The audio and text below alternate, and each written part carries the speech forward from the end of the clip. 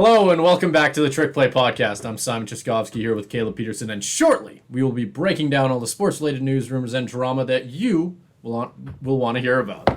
I am tired. Let's do this. This week we will be talking about James Harden getting fined $100,000 for his comments against Daryl Morey and the 76ers. I believe $50,000 for each time he said it, and then we'll probably move into the NFL and talk about Jonathan Taylor finally getting permission to seek a trade after all the talk in the media between him and Colts owner Jim Irsay. Then we'll probably move into the MLB and talk about Julio Rodriguez breaking an MLB record. And then we'll probably talk a little bit about the whole Tommy Pham situation going on right now, because it is pretty interesting. And this will be a fun week. That's all I got to say. Caleb, you ready to get into it? Hell yeah. Now, the biggest news coming out of the NBA has to do with the man, the myth, the legend, the beard, James Harden.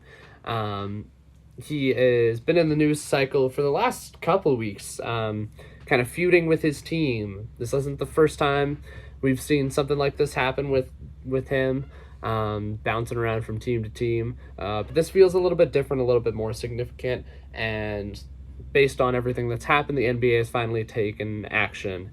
After Harden called owner Daryl Morey a liar, said he would never be part of an organization that he's a part of, and not backing down on that sentiment, again, saying, let me say that again, Daryl Morey is a liar, and I will never be a part of an organization that he's part of.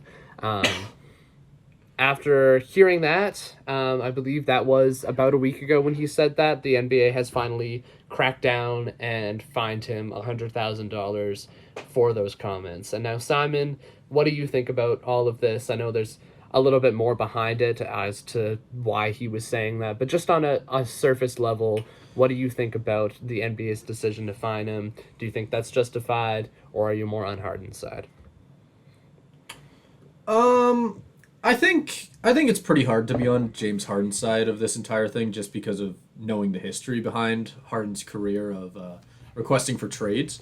Obviously, we don't really have an ear in the room, so we don't know if there's any merit towards what's going on back there. But I feel like I'm kind of just in the middle of the entire thing, because obviously it just sounds, the more I read into it, the more it seems a little sketchy, the entire thing, where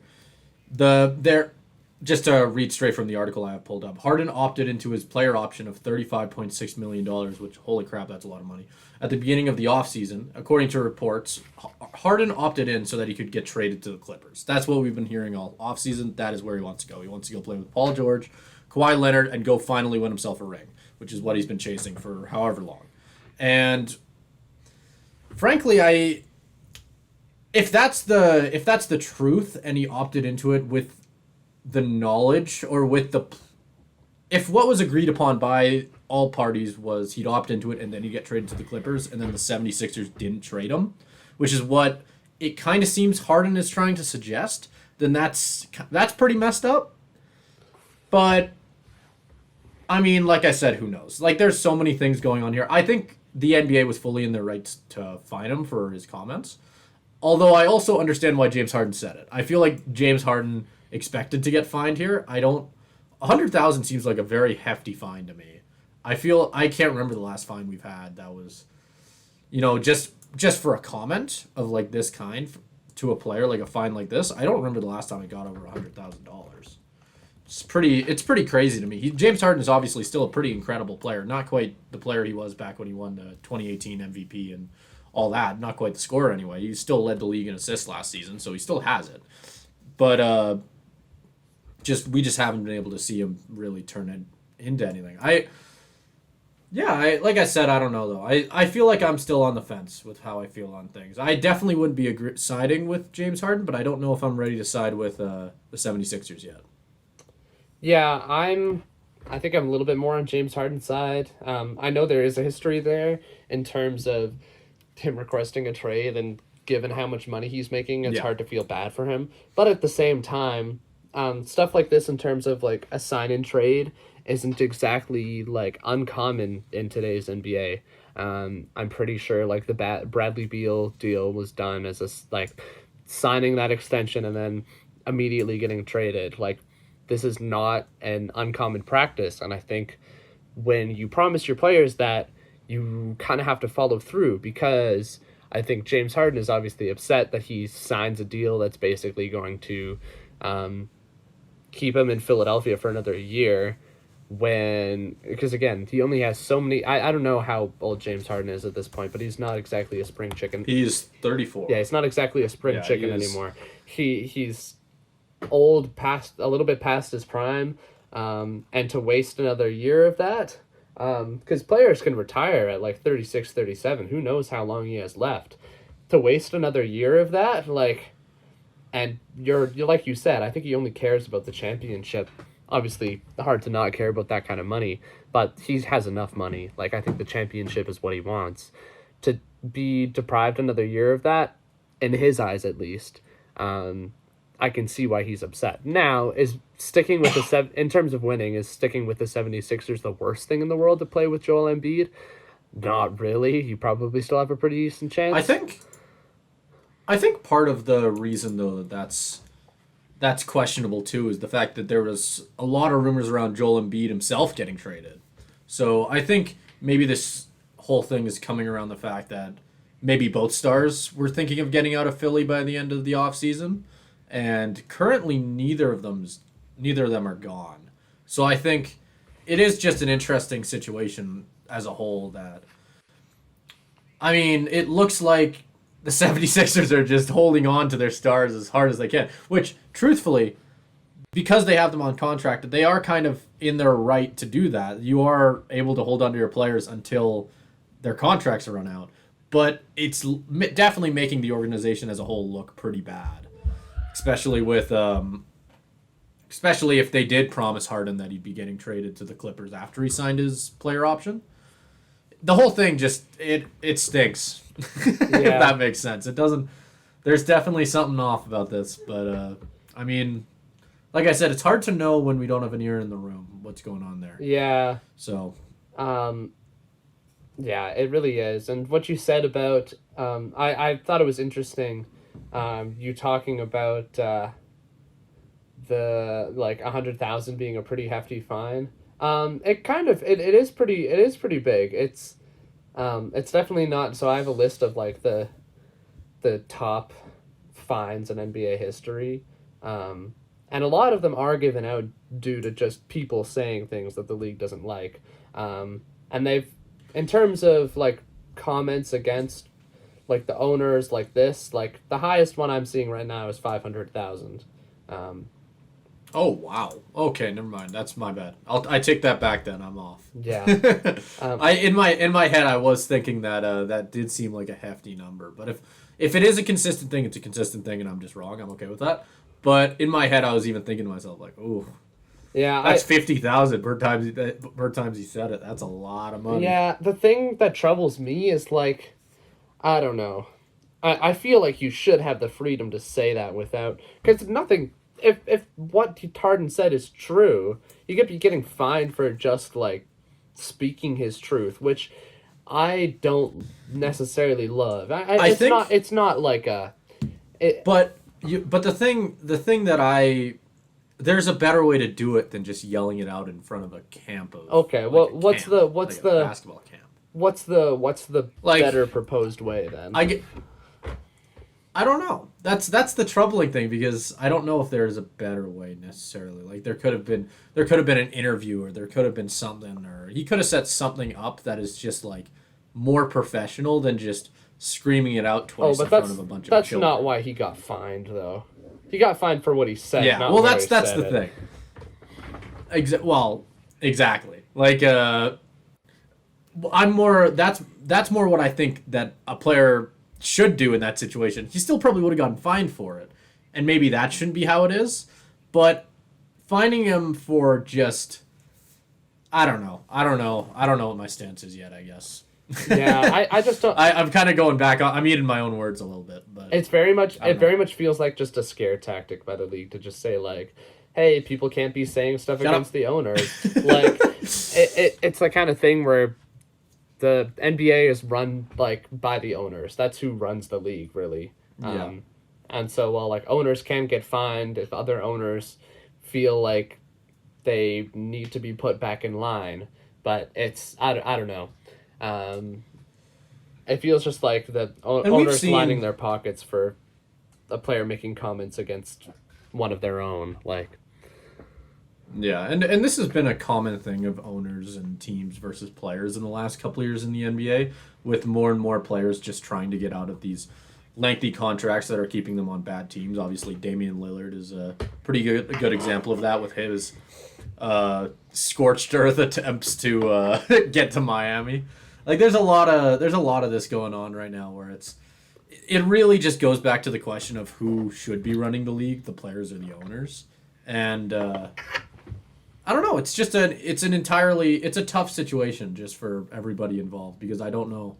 Like I said, I don't know if I necessarily can fully side with James Harden just because of the fact that he made such a big deal about wanting to go to Brooklyn, and then he made such a big deal about wanting to go to now all of a sudden I'm blanking, to the 76ers, and then he's making a big deal about wanting to go to the Clippers. It just doesn't, like, when I say that I don't necessarily agree that he should be yelling it out to a basketball camp. I just mean that compared to the way that James Harden is doing it, there just has to be a better way.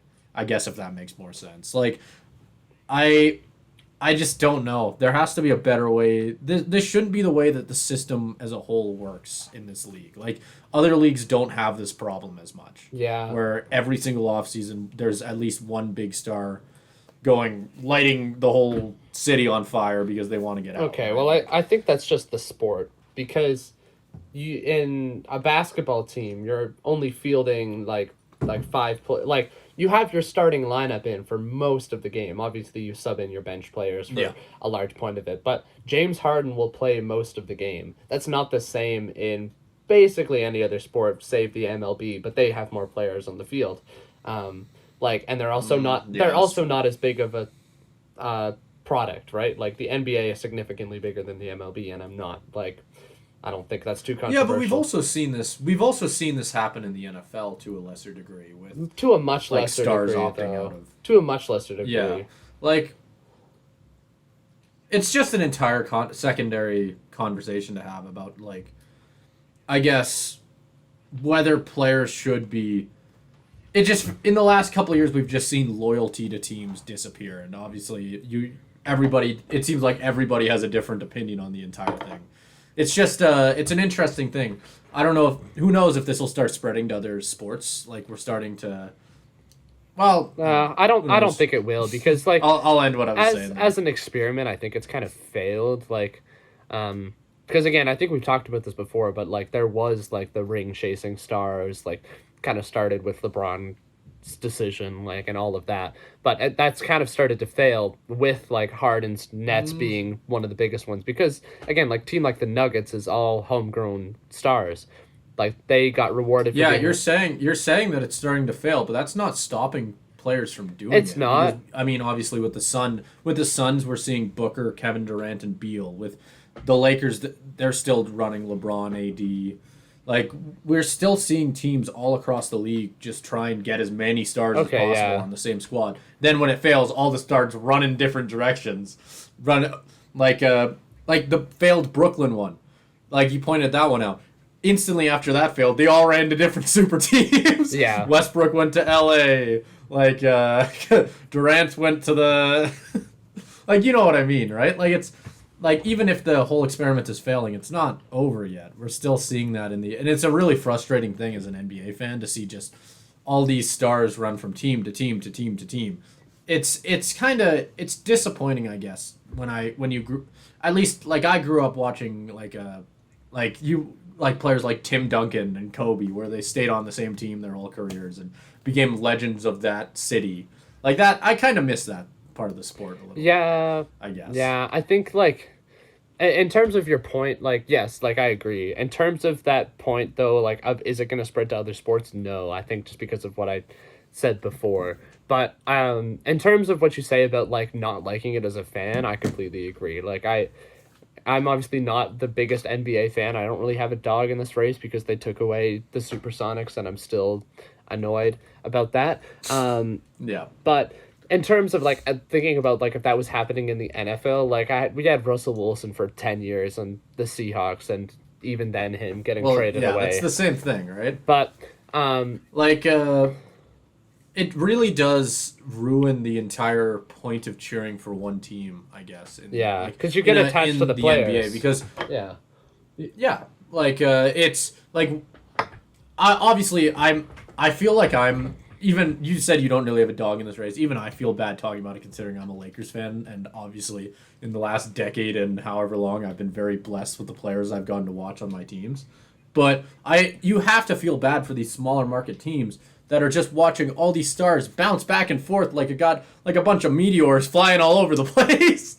Like it's like how are you supposed to compete with a league that's constantly just reloading and moving stars everywhere? It's just I don't know. It's just it's a strange world we live in right now in the NBA landscape. yeah, And I don't know. yeah. I keep saying I don't know, but I just don't know. I don't know if there's an answer to it. I agree to that, and I do think the system is fundamentally flawed in that way. But I think to wrap up the Harden story as a whole, I think as much as I can have an issue with the stars moving from team to team and the detriment that it has to generally more small market teams, I think that still, even if I don't love Harden jumping from team to team, at the heart of it all, if you've made a promise to another person that is worth big money and like more so time, you have to honor that. And I think the NBA fining Harden for saying that, like, I just don't see the justification in it, even though I don't know what Harden is doing. Just what he's saying makes sense. Was it James Harden that came out and said that that's what happened? I guess I just don't know enough about that entire situation. Like, is there anybody else backing that up that there was an agreement there made? It could be. Like, it could or is be it just James Harden? It could be a like he said, she said at this point. If it's not, and James Harden's just making stuff up, I mean. like. But the thing is, and as much as I do want to believe the player standing up against the team, like we already mentioned, there's a history there, right? That makes it really hard to trust that James Harden isn't just saying whatever it takes to get the hell out. Like, and even if he went to the Clippers, who knows? He wouldn't maybe do the same thing in 2 years, right? When they start to suck. Yeah. Like they already do. But, that's just the Clippers. Yeah, and I think I'm reading more about why the NBA said they fined him, and their comment is that it wasn't because he called Morey a liar. It was more because he said he wouldn't play for the team. Yeah, well, it's the same reason they fined Dame with just kind of the. Well, I guess it's not the same, but it's a little different, I guess. But I was gonna say it's pretty similar. Colluding thing of saying I will go nowhere but this one place. Everybody else, scram. It's pretty similar. The NBA has shown they don't really like that. Yeah. Yeah, no. So it's going to be very interesting to see how both situations for both players work out. It will. It'll be I don't know, when does the NBA tips off in like a month or two? See if they're both wearing new uniforms. Yeah, that's a good point actually, cuz usually this type of stuff happens in June, but we are quickly moving back into the start thankfully, we are moving back into the time when sports are starting to pick back up. Obviously, we're in the NFL preseason now, but I don't know. Like, that's a good point. Are we gonna see our first season in a while where both Dame and James Harden are gonna be sitting out for the opening tip-off because they both don't want to play for the teams they're currently on? Who knows? It's gonna be interesting. So we're going to be moving right into the NFL with another disgruntled star wanting to leave their team. Looks like we're going to have quite the... Starting to see a pattern in this episode. But we're going to be talking about Jonathan Taylor finally getting permission to seek a trade away from the Indianapolis Colts. In the last couple of weeks, it's been one of the... We didn't get the opportunity to talk about it much, but it's been one of the most interesting stories in the last couple of weeks with what Jim Irsay's had to say and what Jonathan Taylor's had to say in the entire thing.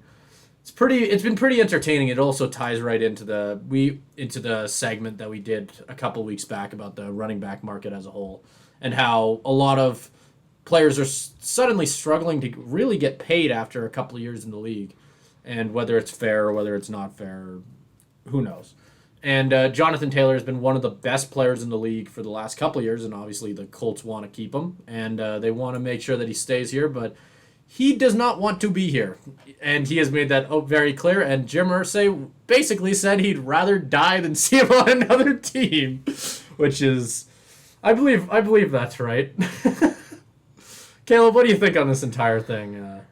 On him finally getting granted his freedom, and just on Jim Irsay's comments as a whole, because I know we both wanted to talk about that. Yeah, no, it's kind of insane. I'll read out the full comment from him because I just think it's kind of crazy. Please do. He said, "If I die tonight and Jonathan Taylor is out of the league, no one's going to miss us. The league goes on. We know that. The National Football League rolls on. It doesn't matter who comes and who goes. It's just a privilege to be a part of it." That's insane. Basically saying that isn't it? that if Jonathan Taylor is out of the league, nobody will notice he's gone. That is a great way to make your star player feel valued in contract talks. Like, I don't know. That was a couple weeks ago, and now, given the context of everything that's happened, a lot has happened since then. That is he really dug himself his own hole, because now he's trying to say, oh, we've got this really valuable running back that we would like people to trade a first-round pick for, but you've already said that if he's out of the league, nobody would even notice. So just great work by Jim Irsay there. He's kind of been known for just being like a little bit stupid all of the time. So especially now, I don't really know what's happening, but like he said some outlandish things. I don't remember. There was something he said during the draft. I think he said something about like, oh, should we take Will Levis after drafting? Let me pull this up. So he drafted Anthony Richardson at number 4, and then he was like, "Oh, should we draft Will Levis?" No, I do remember that. He said, "Colts fans, would you take Will Levis at number 2 if you're on the board for Colts in 4 hours from now, and go Montana Young for franchise?" Jim, buddy, that's not how it works. That's not how it works. It's just that would be a terrible mismanagement of draft capital. We already know that he doesn't really know how to pick his quarterbacks with him just sending a veteran in to die the last 3 years. It's just been a quarterback graveyard. Phillip Rivers, Matt Ryan, Carson Wentz, everything. I don't know. He's just mismanaging. I know GM obviously takes a little bit of blame from it, but the one consistent thing has been Jim Irsay just saying things that don't make any sense and just digging his team even further into a hole. It's things like these that make you think at some point you need to kind of give up the franchise. It's not as bad as a Dan Snyder situation, obviously, because he hasn't actually done anything bad. He's just been stupid. And as a Colts fan, I don't know how... I think we see this a lot with owners that talk to the media a lot. I think it's a fairly common thing where generally they'll end up saying something stupid, or somebody will end up saying something stupid, or there are some owners across the 4 major sports in North America who are good at it, who talk to the media a lot, are a big part of the team, and just do a good job with that entire thing. And there are a lot who are really, really not good at it. And I think Jim Irsay, after this entire thing, definitely falls on the side of not very good at it. It feels like if, obviously you mentioned maybe he needs to give up the team, but I don't know if that might be a bit far stretched for me. Obviously there hasn't been a lot of success in Indianapolis for a bit. But I feel like if anything, he just needs to maybe go a little more hands off. I think it's just a sign that maybe he's not the one who should be making the decisions there. Maybe that's what needs to be said. Yeah. I don't know. It's this entire thing is absolutely hilarious, though, for sure. Obviously, you pointed out they're going to be going for a first-round pick after basically running Jonathan Taylor through the mud in the media. Yeah. About how he's not, yada, yada, yada. If he's gone, nobody will miss him, yada, yada, yada. And then... obviously, and then right at the bottom of this article that I've got here, they've got the Irsay, after all the things that the thing is, I did enter this, and me and Caleb were reading this article a little bit, just trying to figure out where we wanted to start off. I did try to read out what Irsay said to the media, because they have the entire quote here, and it is really poorly done. and I have no idea how to go about reading this. It is quite the chunk of text. But at the end of the entire thing, it just says Irsay admitted to no contract talks have taken place with Taylor, not even exchanging any numbers, as the running back market continues to get worse. Taylor chimed in his thoughts last month of running backs not getting paid. Yeah, that just goes back to the whole running back market thing. Obviously, we've all, I think everybody's talked about that, including us. We've talked about it plenty. But this entire thing is absolutely hilarious to me. I think it's terrible management from Irsay. Jonathan Taylor's going to probably get traded somewhere for probably not a lot. I don't think they're going to get a lot. They've back tanked. for him, They've which is tanked their so own trade strange value. Considering how incredible of a running back there Jonathan Taylor is, and he's still young. Like I know he didn't necessarily have the greatest year last year, I don't believe, but the previous year he was incredible. Like he's so quick and he's so athletic that he really can be the type of running back that can really help an offense. But when you say that when he's gone, nobody's gonna miss him, that's usually when you're gonna start to have issues with, Yeah, and there's the whole thing of him It's going just- back and forth. Like it's just like you don't know where he stands anymore, because there's the whole thing about him saying if he was gone, nobody would miss him, and then being like, oh, he's so valuable, we're gonna get a deal done. Like he said, like where is it? But basically saying like, we're not trading him, not now, not in October. Like it's never gonna happen. Like I just don't know where you stand. It doesn't make any sense. I found an article from SB Nation, and I think it summed it up pretty well. It said, knowing when to be quiet has never been Jim Irsay's strong suit.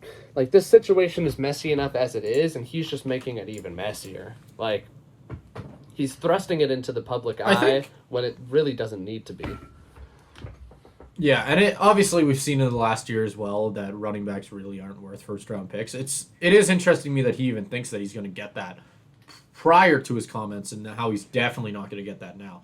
I'm really curious to see how this entire thing turns out, because I want to see what the Colts get back for him, and obviously also where Jonathan Taylor goes, because he, like I just mentioned, he is the type of running back who he can probably go somewhere and absolutely light it up for an offense and potentially be that game-changing running back or just piece in an offense that could really just absolutely change the game. And I know there's been a couple rumors around the Dolphins. They were also involved in Dalvin Cook, so clearly they're looking for a running back.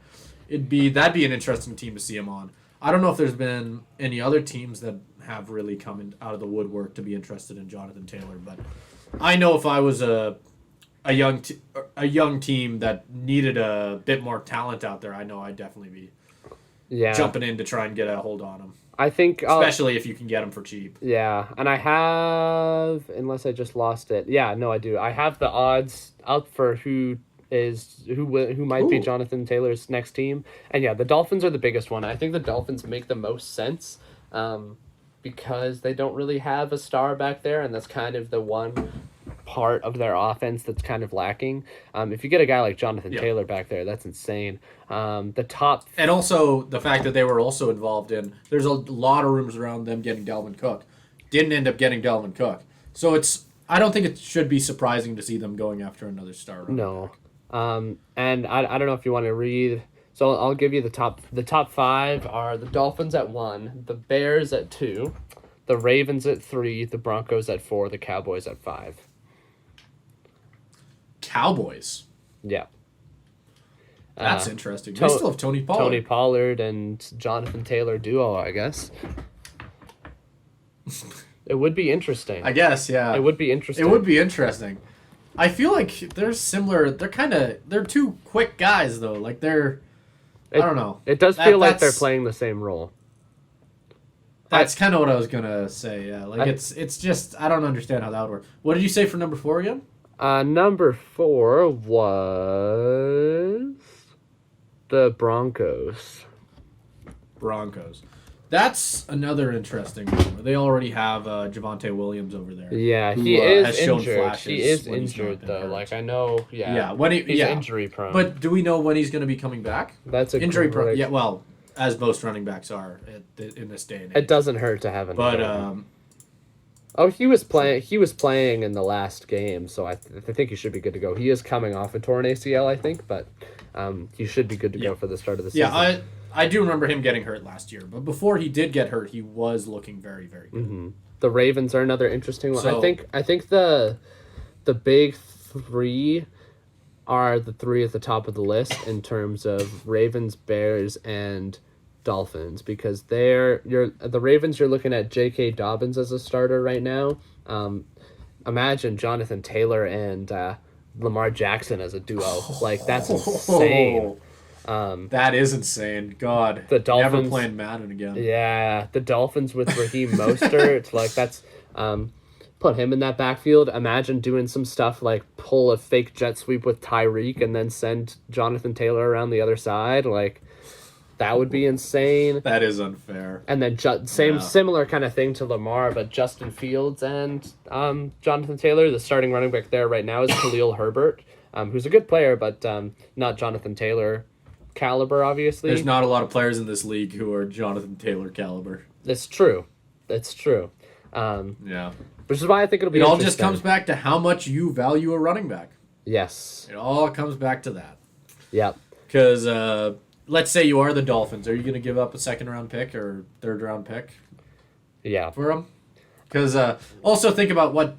I don't remember exactly what the 49ers had to give up for a guy like McCaffrey. And but that's the only similar kind of trade that I can think of that went down. And even with McCaffrey being more injury prone than I think Jonathan Taylor has been. Jonathan Taylor's obviously gotten hurt, but not as much as McCaffrey. Although maybe that could just be him not being in the league as long. Yeah, I think so. I think it's going to be I believe it was what was it for McCaffrey? It was a second I'd have to look up. It was a second round pick, a third round pick, a fourth round pick, and then a fifth round pick for the next year.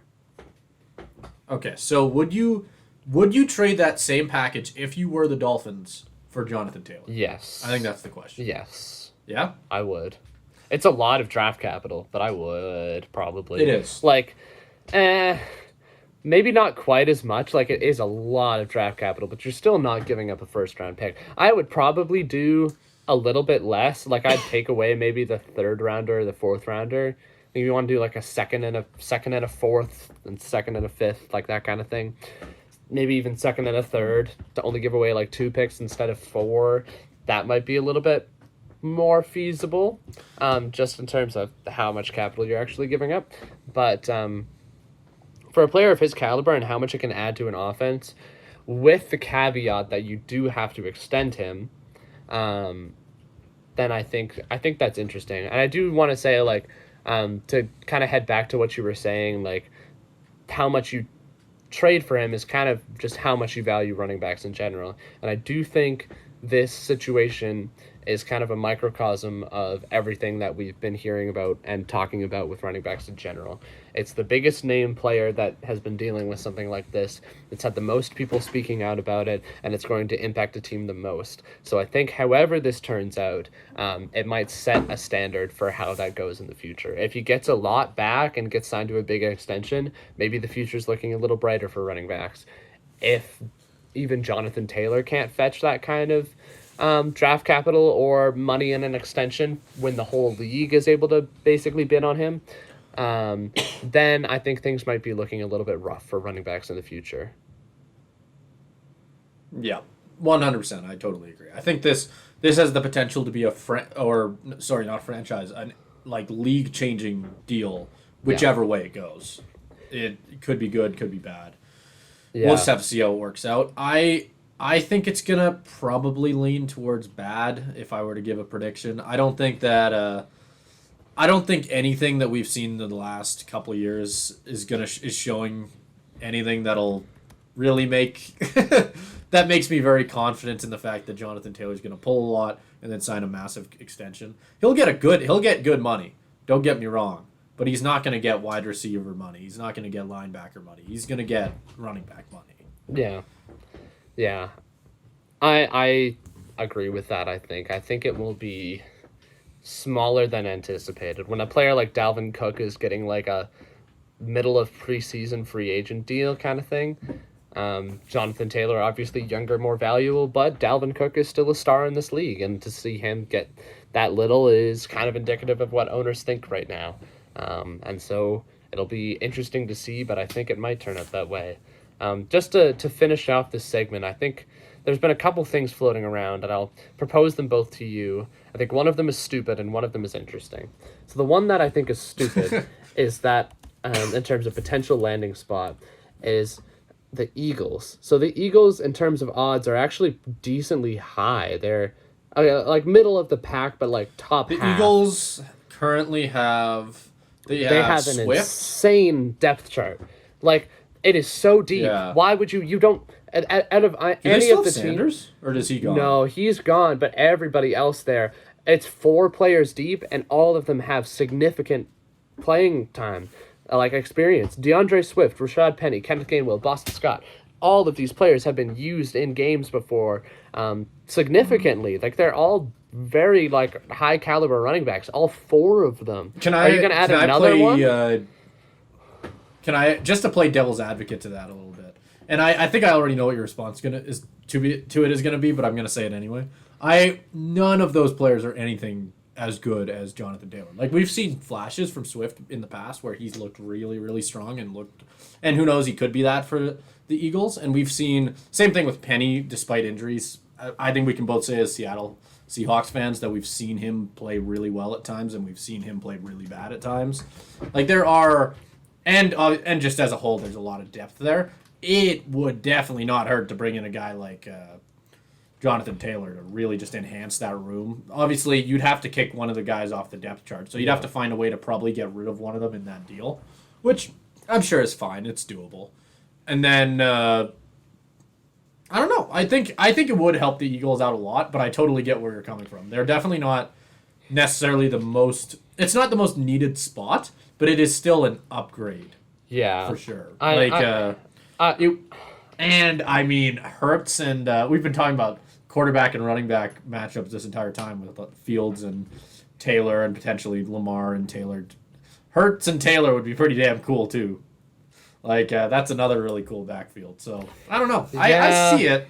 I see it. I don't see it as much as the other ones, but I see it. No, I just don't I just wouldn't understand that. You've already invested so much in the position by just having those 4 players, and the amount of investment you would have to put into a guy like Jonathan Taylor. Like, this is why we're having this conversation in the first place about running backs, is because it can hamper you. And Yeah.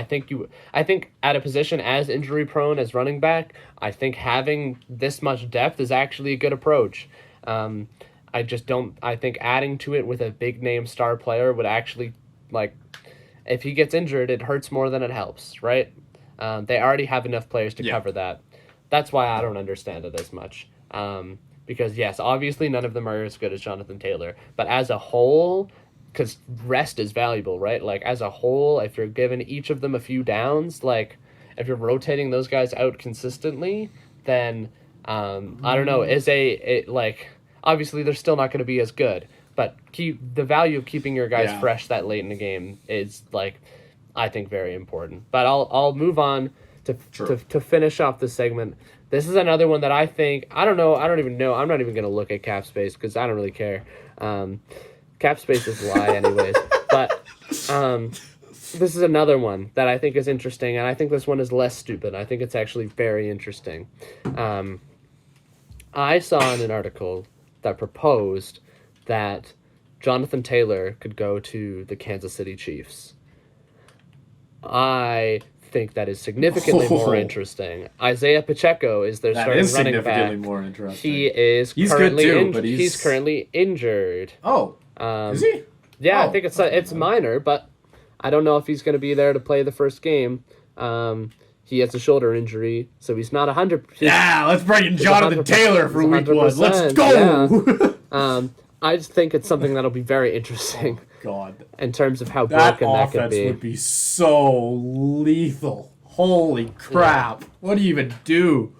You Yeah. focus on the run game, and Patrick Mahomes is going to literally throw it into the end zone from his end zone. You focus on the pass game, and Jonathan Taylor is going to be in your end zone before you can even realize you made a mistake. Yeah. Like, holy crap, what do you even focus on? Like, And that's the that thing. would be unfair. It would be Yeah. unfair. Are the Chiefs going to do it? No. Have they ever really valued running backs other than when they drafted Clyde Edwards-Helaire at the end of the first round? Which, again, how did that work Yeah. out for them? Like, no. Is it going to happen? No. Is it something interesting to think about? Yeah. Yeah. It's interesting to have dreams about or nightmares about if you're a fan of an AFC West team. But, yeah, I think to some... Thankfully, an NFC fan. Yeah, no.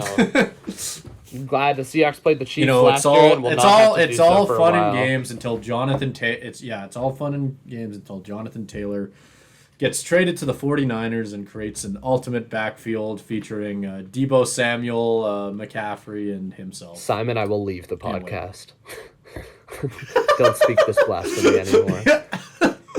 What, you don't want to see the 3-man backfield? They're going to have 3 running backs in the backfield running all over the place like a bunch of goddamn idiots. Like, it's going to be great. I think I'd rather God, die. I hate football.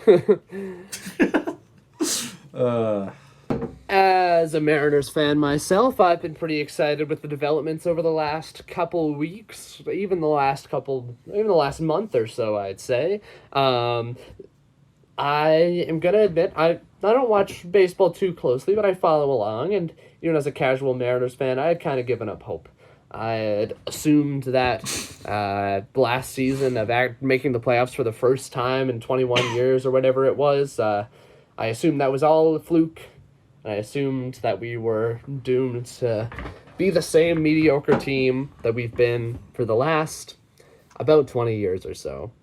That is turning around.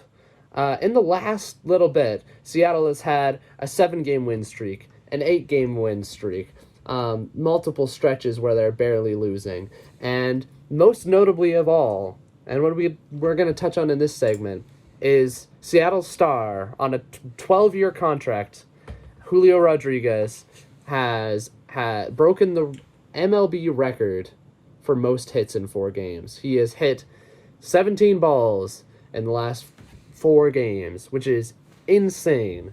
And it's led to one of my favorite graphics of all time, which is that Julio Rodriguez is the same amount of hits as the entire New York Yankees team in the last 4 games. He has 4 more wins than they do, 1 more run than they do, and 5 more stolen bases than they do, which is 5-0 for Julio. Versus, again, let me make sure everybody understands this, the entire New York Yankees team. Simon, what do you think about all of this? It's pretty interesting. I mean, it is pretty cool to see. That is a nuts stat. Like the fact that because obviously we can go even more into that 4-game stretch. He started off going 4 for 6 against the Kansas City Royals. Already a pretty crazy stat line. Followed it up with a 5 for 5 again, I believe, against 5 for 5. I said that right, against the Kansas City Royals, I believe again. Then 4 for 5 against Houston, and then 4 for 6. Which is absolutely nuts. That is a ridiculous run to go on. And obviously it helps his whole team has been playing pretty damn incredible like Seattle has been doing. It is pretty cool to see a Rodriguez finally actually work out in Seattle. And I think, I don't know, it is kind of cool to see. Obviously you mentioned you guys have been mediocre for the last little while. It is cool seeing that you guys do a little bit better. Hopefully you guys get crapped on by the Jays later in the season, but I don't know. It's cool. It's a cool stat. Like the whole thing with their whole recent run has been very interesting. Everybody loves seeing the Astros getting stomped. You guys managed to beat them a couple times. The whole thing's pretty nice to see. Yeah, it is. I love that we are the fan favorite right now. I'm hoping that we're able to win the AL West, pull it away from the Astros, which wouldn't be like. I remember doing a podcast around the MLB trade deadline, and I don't even know if we even got around to ever talking about it, but we were talking about it a little bit before the podcast. And a lot of the deals, all of the deals that the Mariners made were selling a huge indication that the front office believed that this was not the time. They're selling off major pieces. Yeah. They sold off Paul Sewald, who's been their closer for a very long time, a very good one at that. And normally when that happens, when you sell off a bunch of those pieces, your team gets worse. But they've managed to get better. After the trade deadline, they've just gone on a tear, which I think is so interesting, and it kind of speaks to how streaky baseball is. I mean, the Reds had a similar thing with Ellie De La Cruz coming into the lineup. You want to talk about streaky? We can even go back to Snyder on the Blue Jays going off for like 2 games or 3 games straight. Whatever it was, his run was pretty fucking stupid. Like that, we're seeing a lot of that this season in baseball, where just not necessarily, I wouldn't call them stars, or just absolutely doing insane star-worthy things. Obviously, we saw Domingo Germain's no hitter earlier this season. It's another one where he's not necessarily perfect game. Sorry, like his perfect game where that's not something you would have ever expected a pitcher. Not saying that he's a bad pitcher by any means, but he is no all-star pitcher. Like we're just strangely, well, I guess not even strangely. This is a fairly common thing in baseball. We're just seeing guys who aren't necessarily stars just do incredible things, and it's cool to see. Yeah, it really is, and I think that, like, I do want to emphasize, like, just how huge this streak is. It's not just like the same kind of streak that we've been seeing throughout the season, at least for Julio. It's a 98-year-old record held by Milt Stock, which is the oldest, 100-year-old white man name of all time. Can you say it again? I think I missed it a little bit. Milt Stock. Milt Stock. Wow. What a name. What a name. He had 16 hits in 4 games in 1925 for the Brooklyn Robins, a team that hasn't existed for a very long time. Yeah. This is a complete tangent, but I do want to say this a little bit. As somebody who has done a lot of PA announcing in the last little bit, I can say that, like, whenever I choose to have a kid, I will be naming them a very cool name that's fun to announce over a microphone. That is very important to me. And I just want to say that Milt Stock does not qualify. No. that is not it. whoever, no offense to Milt Stock. I hope I am not, but goddamn. Okay, can I go? Can I go off on a completely unrelated tangent? Yeah. I looked up the Brooklyn Robins just because I was curious.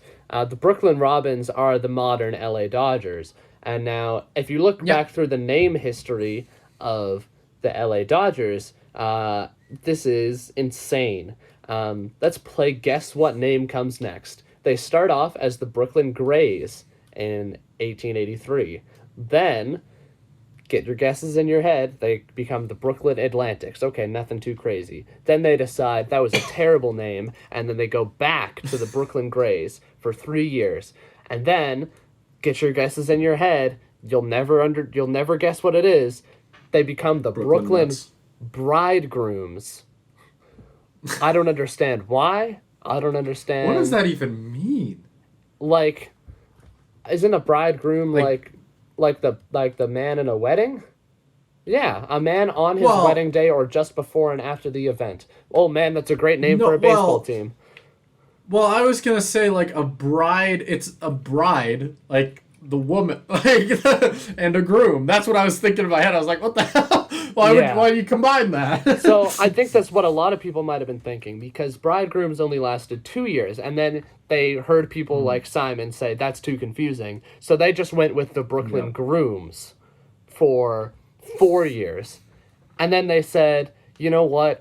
We're not falling to pressure. We're turning our name back to the Brooklyn Bridegrooms for another 2 years. Oh, hell yeah. And now And now they say, you know what? This whole bridegrooms thing has been cool. We've had a version of it for 10 years, but we want to go in a completely different direction with a word that I don't even think exists.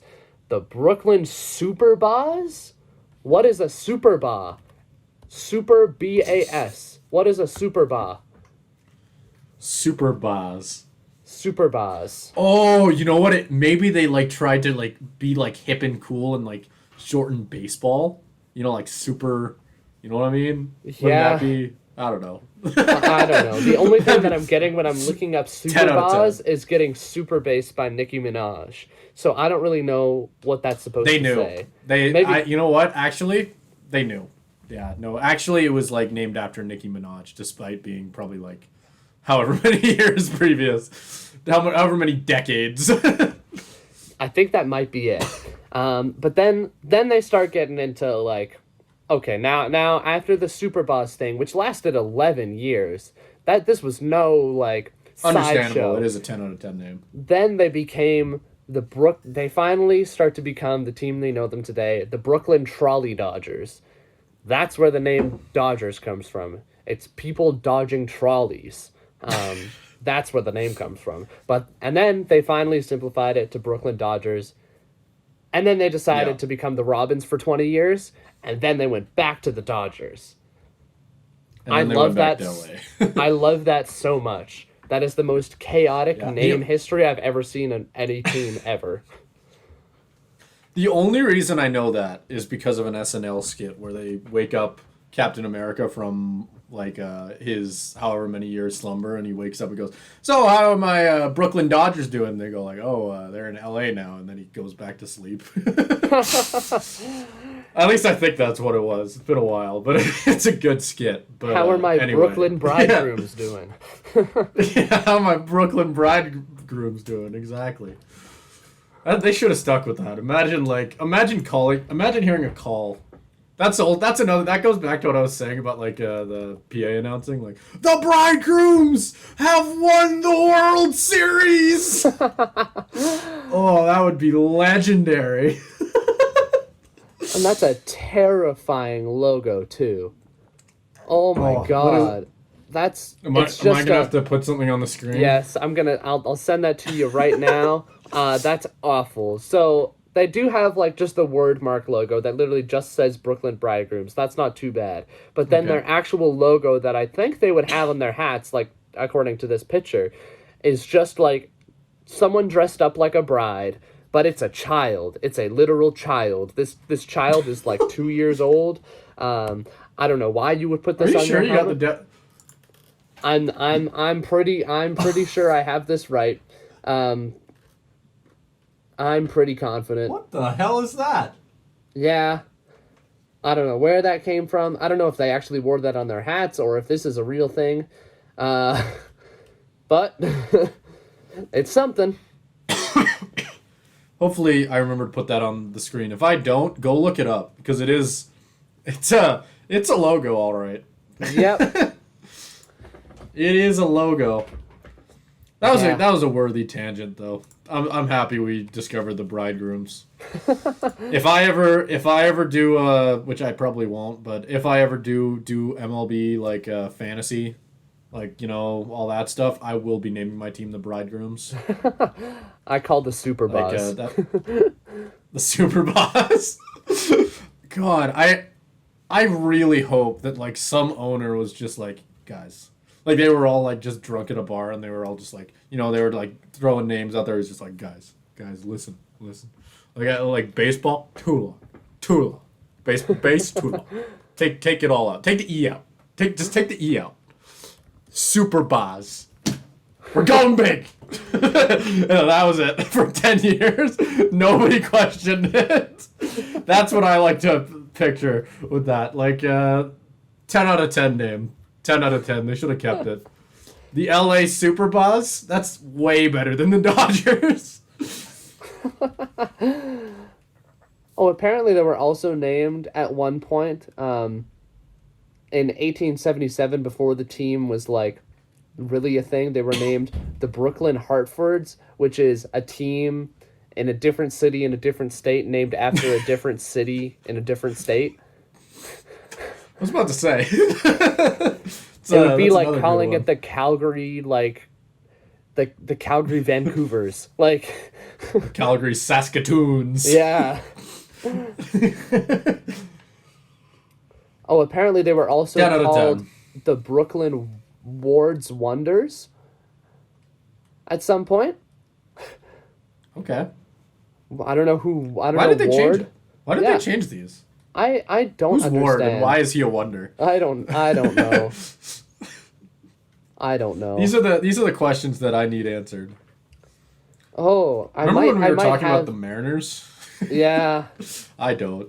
This is more interesting. I might have an Sorry, I might have Mariners an answer fans. for you. Apparently, these names were not official. They were used no. by fans and newspaper sports writers to describe the team. Not in any official capacity. The team's legal name was the Brooklyn Baseball Club. I think you say no, but I think that's even funnier. That No, I just fans messed up and my sports camera because I hit writers- my desk in frustration. I'm so mad. That's so upsetting. That is upsetting. Like, I feel like I just got told Santa isn't real. Okay, but that's so confusing though because I looked up the Brooklyn Superbas and I swear that I saw like baseball cards with it on that. So like, I don't understand. there is Brooklyn Superbas. God, Does it's it have breaking my heart. I wanted to see them march onto the field wearing goddamn bride dresses and ties. Like that would have been so legendary. Like imagine it. That would have been the best baseball team in the world. Yeah, I don't know. Oh, this is so confusing. That's so disappointing. There's another. I'm finding a baseball card. It says, like, it's on the cards. Is this not the official name? The Brooklyn Superbas. It says the Brooklyn Superbas, but then at the bottom it says it's signed by someone from the Brooklyn Nationals. Is the Brooklyn Nationals a different team? Why is he signing the card? What's the? I don't understand. This is so. Oh, this and is such a apparently, rabbit hole. apparently it got so confusing with all of the names they had for this team that there is conflict now between baseball historians and to what to call the teams from the past. So the 1916 Brooklyn team like won the league, and most of them called the team the Robins, but the newspapers, all of the newspapers called them the Superbas. Oh my god. That just goes back to the Superbas is such a dumb name as well. That just goes back to the call it must have been. The Superbas have won the World Series! Like it's that's so much better. Like God, go back to that. That's better. Petition to have a bunch of the MLB team names. We'll just auction off all of the names that the Dodgers have used throughout their history, and then that can be the names that the Seattle Superbas. To loop it back to the topic that we were supposed to be talking about, the Seattle Superbas. Oh, that'd make them so much better to cheer for. Would you become a Seattle fan if we were the Superbas? I just might. That might be enough for me to jump ship. The Superbas is such a good name. Oh. Put that on a jersey. Superbas bride. Oh my god, just take the city name out. Just like let's just combine the whole thing. The Superbas bridegrooms. What even is that? That's even better. Where are they from? No one knows. They're the traveling wonder. They're Ward's Wonders. Yeah, there you go. There you go. Oh, what a team. God, that is so legendary. I'm so disappointed in that entire franchise that they got rid of any of those names. Those are so good. Yeah. That's like... Oh, man. That is upset. I need to I feel like I could do research on this for days. The nickname section on the Dodgers is it's pretty chunky, but it's not I feel like you could write essays on this. Yeah, I believe it. And that isn't even the fact that that this sentence exists, which is about their name now, which is the Dodgers, obviously. But saying the name Trolley Dodgers implies the dangers posed by trolley cars in Brooklyn generally, which in 1892 began the switch from horsepower to electrical power, which made them much faster and hence were regarded as more dangerous. So a modern baseball team is named after the fact that in the late 1800s, people were scared of trolleys because they moved faster than horses. So they thought they would have to dodge them. And this is the most sane name that this team has had. You know what? I agree with you, Caleb. Dodgers Need to change your name. Bring it back the super bus. Bring back the super bus. It needs to happen. It is. It's just meant to be. I mean, like, have you seen like all these logos? You could go back to any of these, and I would all the Dodgers fans would probably be so mad, and I would love every second of it. It would be so great. Like, do you see this baby logo on this bridegroom's hat? Like, are you telling me that's not incredible? Like, at the very least, pull out the baby logo again on a retro jersey. Like, come on, we need the throwback. We do need the throwback. It needs to happen. And staying over in the MLB, we'll quickly talk about a pretty interesting thing that's kind of hit the news cycle in the last day or two with Tommy Pham, and there's a lot of things to talk about here. So frankly, I don't even know where to start. But I'll just start by kind of explaining the whole situation. He had somebody kicked out from one of his games he's an Arizona Diamondback for anybody who doesn't know. He got somebody kicked out from an Arizona Diamondback game because they apparently yelled something at him that he didn't really like. And a lot of videos have since come out, and a lot of takes on it and on what the guy might have said. I might just throw this to you, Caleb. I'm trying to think of where to even start on this entire thing, because it's overall a very interesting topic to really talk about. Yeah, it's kind of insane. So I'll just read. So yeah, like Simon said, that's what happened. There's an altercation in the game while I think Tommy Pham was waiting to go up and bat. So if you can, the video's out there. Anybody wants to look it up, or even like Simon, if you want to like editor Simon, if you want to put at least just the video up on the screen, not even of the audio of it, obviously, but just the visual is very funny because Tommy is talking to people in the stands while his teammate is like getting a base hit. You can see it very clearly in the background as he hits for a base hit and the crowd cheers while he's like yelling at the fans. I think that's really funny. But yeah, so the video came out from this guy who apparently there was a fan. It was a fan in front of this guy who recorded, who was saying stuff to Tommy Pham. The stuff you can hear in the video is like him saying like Tommy Pham is accusing the fan of calling him a piece of shit, and basically he retorts. There's a lot of things, a lot of fun words. It's a lot of he said, she said. Then the guy who apparently said that says to him, like, go strike out. Like, just go strike out. Which is a funny comment. Which is really funny. I wonder if he struck out after that. Yeah. Which is really funny. That's more what I want to know. Yeah, and then Tommy Pham starts going off at him for, like, going after players of color specifically, which is, again, another whole aspect of it. It's just an ugly situation. The unfortunate thing about the video is it doesn't show what the guy who was sitting in front, his name was revealed as Brian, at least that's what the Twitter post says. It doesn't really show what Brian says, or like it clearly starts right like after he yelled something at Tommy Pham, and it's not very clear what he said. Like that just absolutely sent Pham off on this long tangent that you see in the video.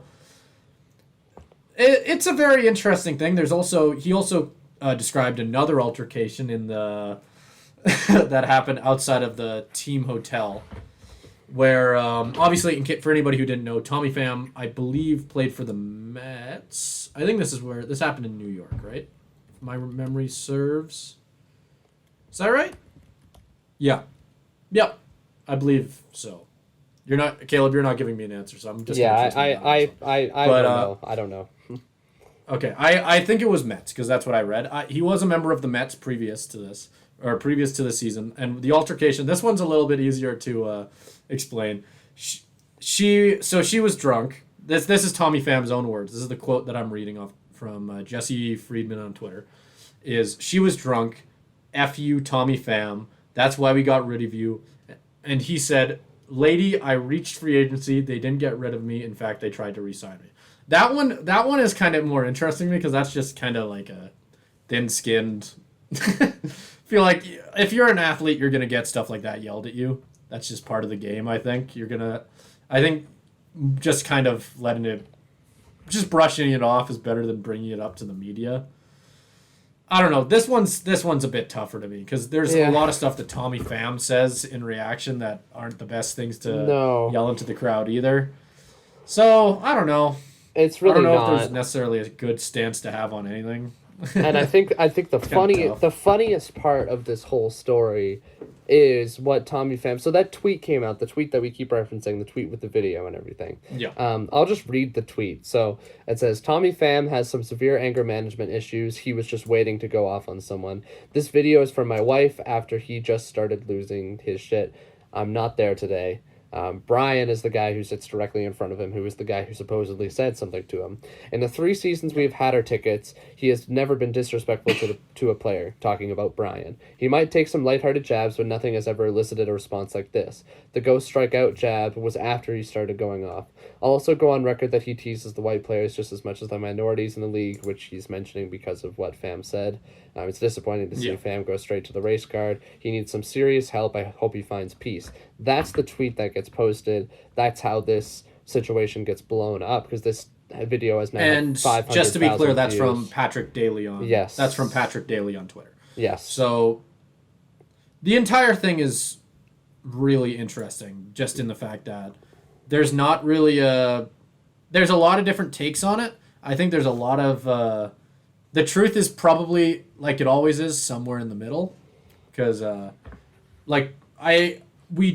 is a couple opinions on what Brian might have said that I don't really feel like repeating on this podcast, and but who knows if it's true or not. Like, there's no real evidence of anything. If you guys want to see that, you can look it up yourselves. Like, it's in the tweet. There's some text. It's in the tweet, and it's an overall, like, if you're interested, you can look it up. We won't read it here. I don't think I'll put it on screen. I don't know if I would have put anything on screen as of this. I feel like I've already. We'll see if how lazy Future Simon is, but if you're interested in that, you can look it up. I think that's probably it's the smarter way to do things. I know, Caleb, you wanted to earlier. You brought up the the fact that he had slapped someone over fantasy football. Oh yeah, I feel like that's an important that, thing to bring up as well. Even before that, I just want to get into what he replied to this tweet that we keep talking about, because I think that's the funniest part of the story. Did he? Did he reply to it? Yes, he did. It got so under his skin that he said, since this guy wants to block me and act like his friend is a model citizen, I'll put $100,000 up to him if he passes a lie detector test saying he didn't call me a piece of... if he doesn't pass, which he won't, says Tommy Pham, MLB will ban him for life from all stadiums. I think that is hilarious. I wonder if this is something that the MLB has agreed upon. Oh, there's no way. I wonder if he sat down... No. Just like, he sat down with Rob Manfred and he was like, this guy, you won't believe what he called me. He called me, looks back and forth, a piece of shit. He used a swear word. Oh! And then Rob Manfred went, oh my God, we must ban him immediately from every arena forever. But first, like, all the people who have... All the people have ever said that, yeah. Yeah, it's just a wild thing, because obviously, like, I'm not condoning, if that is what he said, I'm not condoning it at all. All I'm saying is, like, that seems a bit of extreme for one, and I feel like Pham should probably stop bringing it up. Just let it die. It doesn't bode well on him. It doesn't bode well on him for overreacting to this kind of thing, because just like you were talking about with the slap, like, that's kind of an indication of how, like, poorly he reacts to these kind of things. So the slap happened between him and Jock Peterson when they were on the same team. I don't remember which team it was. So would have been the Mets. I think it was a year ago. Because last season, I believe he was on the... Yeah, then I think it would have been the Mets. It was on the Reds. He was on the Reds. So never mind. I don't know what I'm talking about then. So Tommy Pham went up and just slapped Jock Peterson. And it was because of a couple things. It was because of two things. One thing was the fantasy football stuff. Apparently there was a feud between them. He said, I didn't like the sketchy shit going on. Too much money on the line. Fucking with my money. That's part of why he slapped him.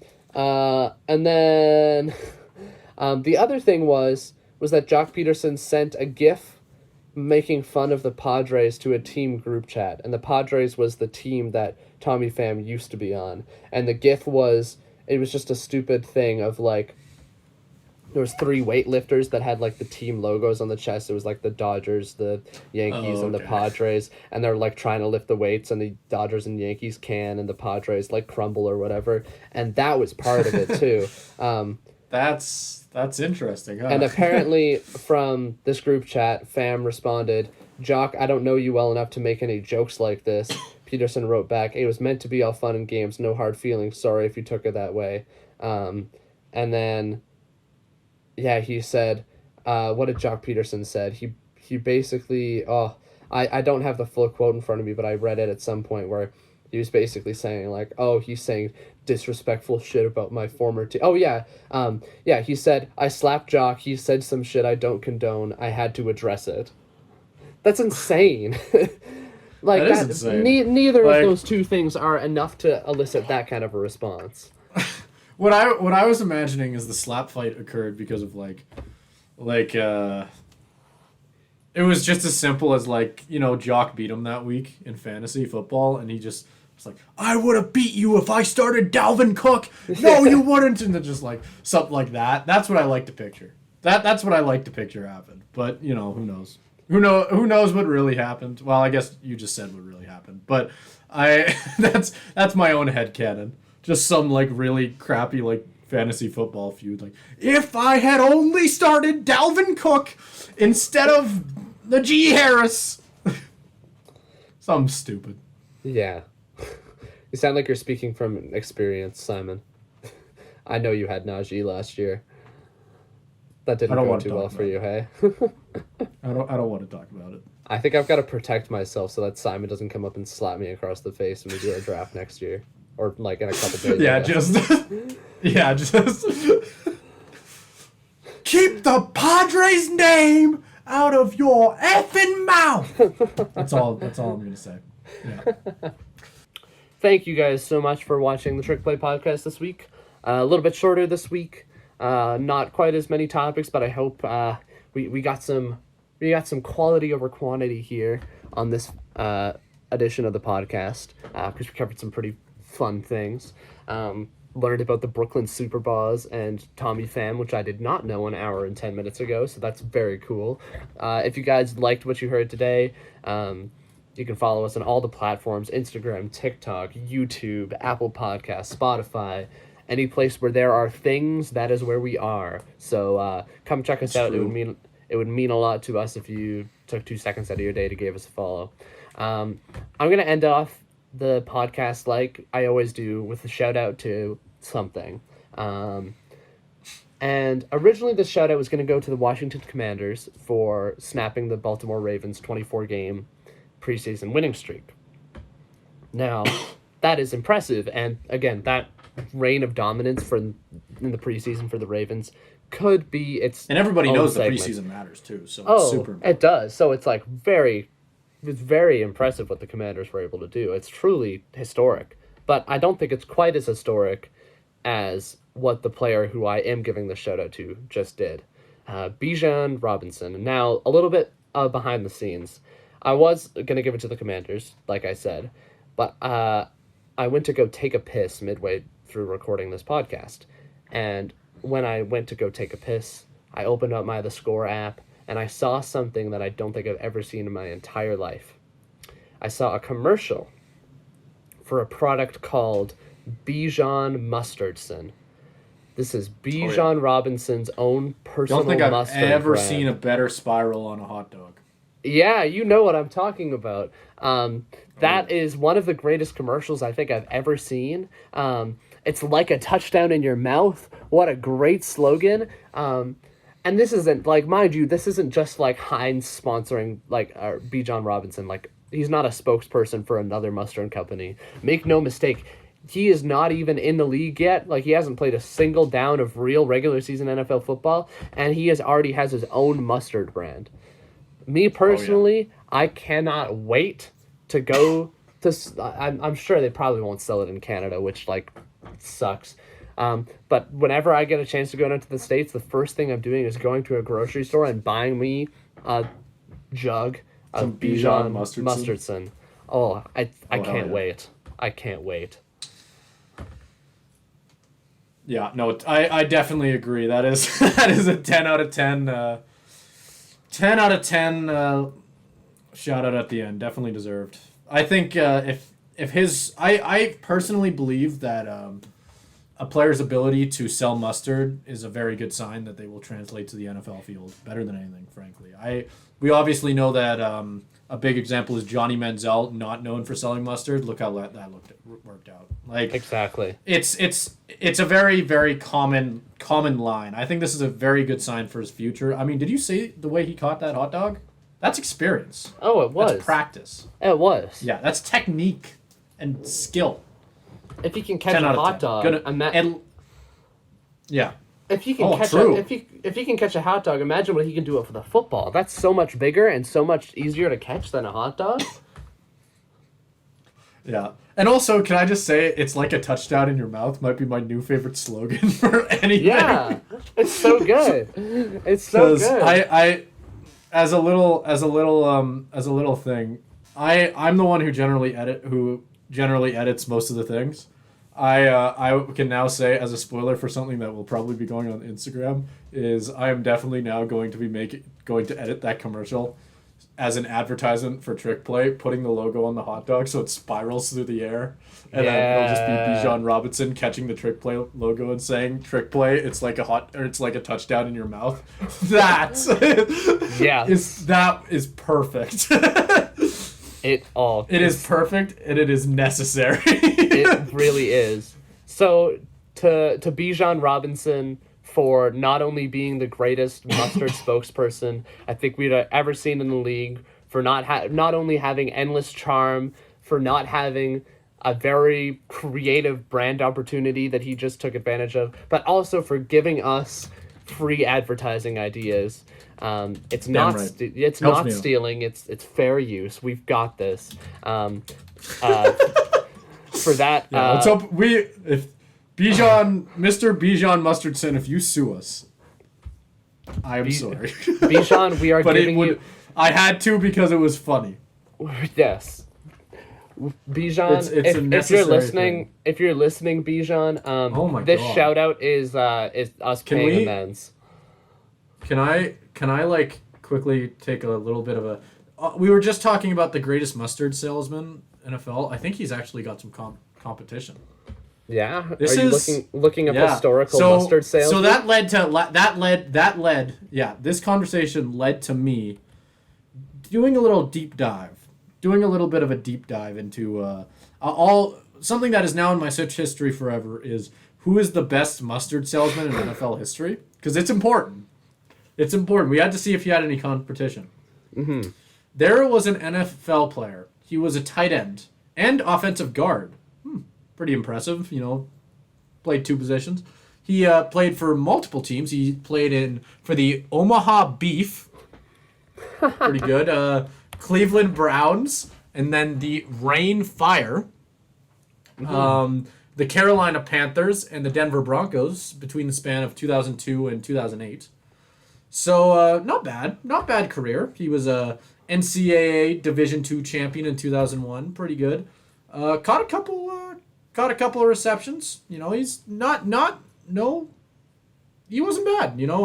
I will say that I think Dijon Mustardson has some competition in Mr. Chad Mustard. Yeah, no, I saw that. I was looking it up. Also, he's not the only rookie to get a mustard sponsorship. Hendon Hooker has been sponsored by, I think, Heinz Mustard specifically. Oh, hell yeah. So where did Hendon Hooker end up going? To Detroit. Oh. And then there's also another rookie. Rookies are just getting in on the condiment deals. Yeah, Hendon Hooker signed a deal with French's Mustard. But what Will Levis did is So do they play this year? Is there going to be a battle of the mustard? a mustard bowl. I think let's see. Mustard bowl. Hell yeah. Oh. That'd be sick. I'm pretty sure there is. Detroit Lions, Atlanta Falcons, September 24th, 2023. Mark the calendar. Are you tuning in for the mustard bowl? I know where I'll be. Guys, tune in exactly. It's in a month, Simon. It's so exciting. Wait. It's in a month. No it's in a month. way. I feel like just for context, we're recording this on the 24th. I feel like I'm not. I'm not prepared it's either. About a month. I need to buy as many mustards as I can to physically and mentally prepare myself for the absolute rager that the mustard bowl will provide. Not only that, it's going to be between two of the best teams in football, the Detroit Lions and the Atlanta Falcons. Absolute barn burner right there. The mustard bowl. I'm not ready. It's going to be nuts. Be prepared for the Trick Play segment a month from now to have a full 40-minute long analysis of the mustard bowl. We're going to do the yes. We're going to do the John Boy's play-by-play thing. Analysis of every single play. I can't wait. I can't wait. So, my god. To conclude this outro, if nothing else, if you don't want to follow us, if you don't want to listen to us, at least come back in a month to hear about the mustard bowl. That's all we'll say. Yeah. Watch the mustard bowl. Don't watch Trick Play. Watch the mustard. Watch mustard.